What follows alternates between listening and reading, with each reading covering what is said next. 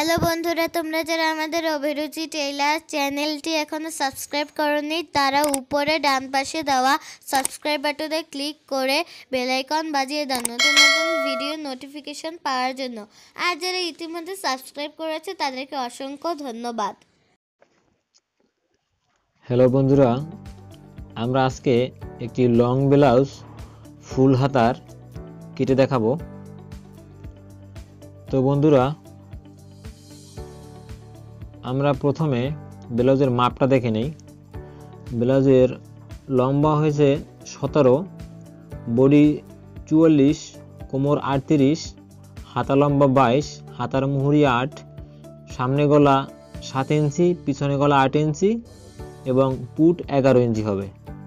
তো বন্ধুরা, প্রথমে আমরা কি করব? প্রথমে আমরা ব্লাউজের নিচে যে সাইডটা থাকবো, নিচে যে সাইড থাকবে ওই সাইডে আমরা প্রথমে একটা আলগা পট্টি করতে যতটুকু লাগে নিচে আলগা হবে ততটুকু একটা দাগ দেব। দাগ দেওয়ার পরে আমরা এখানে একটু ছোটই রাখবো এভাবে,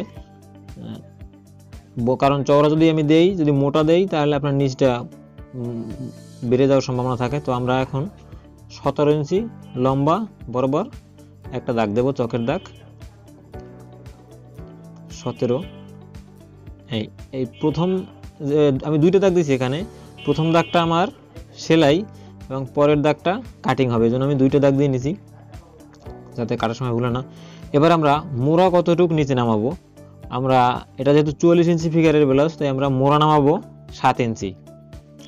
7-এ আমরা একটা দাগ দেব, 7 বরাবর আমরা পুরো একটা দাগ দিয়ে নেব।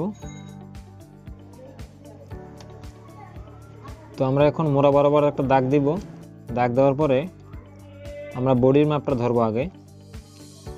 বডি মাপ আমার 4টা ভাগ করে 44, 4, 11, 44, আমরা এখানে 11 নেব। এখানে আমরা, তো বন্ধুরা, উপরে 11 নেওয়ার পরে আমরা নিচের কোমর আমাদের 38, তাই আমরা এখানে কোমরটাকে 4টা ভাগে ভাগ করলে 9.5 আসে, 9.5 নেব এবং 9.5 নেওয়ার পরে আরেকটু 1 ইঞ্চি বেশি নেব টেকিনের জন্য।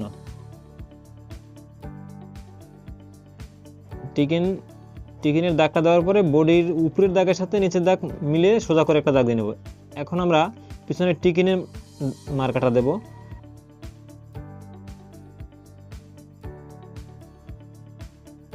আমরা এখানে টিকিনের মার্কাটা উপর দিকে দেব 4.5 থেকে 5 ইঞ্চি। আমরা এখন পুটের মাপ নেব।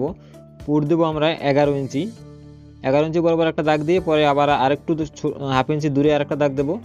আমরা পুটের থেকে যে বডি বরাবর যে একটা দাগ দেবো সোজা নিচের দিকে, এইটা কখনো সোজা দেবো না, এটা একটু এভাবে অ্যাঙ্গেলে দেবো। এভাবে একটু তেরা করে দিয়ে এখানে হাত থেকে একটু ড্রয়িং করে নেব। হাত থেকে ড্রয়িং করে নেওয়ার ফলে আমার এই মোড়াটা ভিতর দিকে বেশি ঢুকে যাবে না, এইটা আমার সুবিধা হবে এবং আমি কাটার সময় খুব সহজে কাটতে পারবো। এবারে আমরা গলা ছড়ানো দেব 3-3, উপরে নিচে 3, নিচের দিকে 3 দেওয়ার পর এভাবে আমরা একটু ফিতাটা বেঁকা করে ধরে এখানে হাতে একটু ড্রয়িং করে নেব, গলাটা আগে একটু এঁকে নেব। এবার আমরা নিচে থেকে দেখেন, নিচে থেকে আমরা প্রথমে কাটবো, এখানে একটু চিহ্ন দেব, কারণ টিকিনের জন্য একটু চিহ্ন দিলে আমার টিকিনটা আমি কোনখানে হবে। দেখেন আমি 5 ইঞ্চি দিয়েছি একটু এবং গলার মাপটা নিয়েছি 8, পিছনে দেখেন 8 নিয়েছি একবারে। এবার আমরা গলাটা কাটবো, সুন্দর করে গলাটা কেটে নেবেন এভাবে কাঁধে একটু ঢালু কাটবেন। এখন এখান থেকে দেখেন আমি যে হাতে ড্রয়িং করছিলাম এভাবে কেটে নেবেন। বন্ধুরা, ভিডিওটা একটু মনোযোগ সহকারে দেখবেন, একদম সহজ। এটা ব্লাউজটা আমার একটু লং, এটা একটু লম্বা বেশি, 17 ইঞ্চি লম্বা। এবার আমরা সামনা পাট কাটবো। সামনা পাটটা ঠিক ব্যাক পাটটা এটার উপরে এখানেই রেখে এভাবে কাপড়টা একটু ঘুরিয়ে নেবেন। ঘুরিয়ে নেওয়ার ফলে এখানেই ব্যাক পাটটা এটার উপরেই রেখে এখন আমরা একটু মার্কা করে নেব। ওই পাশটায় একটু হালকা একটা দাগ দিয়ে নেব, কারণ যেখানে আমি কতটুকু সামনে একটা হুক পট্টি আইপট্টির জায়গা থাকবো, সেলাইয়ের জায়গা রাখতে হবে, এখানে একটু দাগ দিয়ে নেব। দাগ দেওয়ার পরে আমি 4 পাশ দিয়ে কেটে নেব। প্রথমে আমি আবার গলার মাপটা নেব, সামনের গলাটা কত, কারণ আমি আগে মাপটা না নিলে ছোট বড় করে ফেলতে পারি। এবার হাতে একটু এখানে একটু সমান করে নেবেন এভাবে, বাস। এখন গলাটা কাটবো, সামনের গলাটা 7, এখানে কাটটা একটু আবার ঢালু হবে সামনেটার মতনই ব্যাক পার্টের মতনই। এভাবে নিচে 1 ইঞ্চি কাপড় একটু বেশি রাখবেন, কারণ বুকে যে একটা টিকিন হবে এখানে একটু কোনা করে দেবেন। কোনা করে দেওয়ার পরে সোজা উপরে উঠে যাবেন। এখানে একটু 1 ইঞ্চি থাকবে, এখানে 1 ইঞ্চি থাকবো, নিচে 1 ইঞ্চি থাকবো, উপরে 1 ইঞ্চি থাকবো।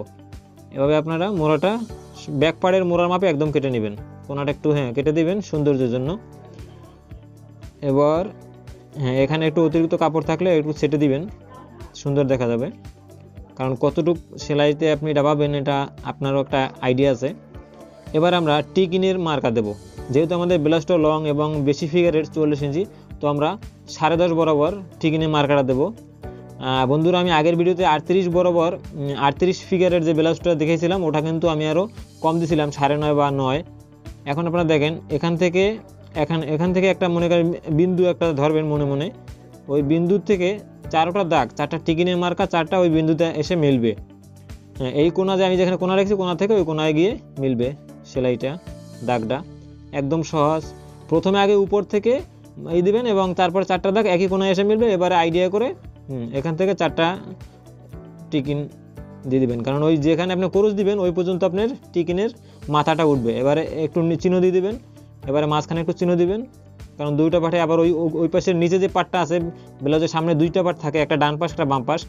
এখানে একটু মোড়ায় তালপাট কাটবেন, তাই তালপাট কাটতে হবে। যেহেতু মোড়া যদি কুচকায়, তালপাট না কাটলে মোড়া কুচকাবে, সেহেতু আপনি একটু ভাঁজ করে আয়রন করে তারপর তালপাটটা কাটবেন, তাহলে সুন্দর হবে, তালপাটটা আপনার সহজ হবে। এভাবে তালপাটটা কেটে এখানে একটু চিহ্ন দিয়ে দেবেন।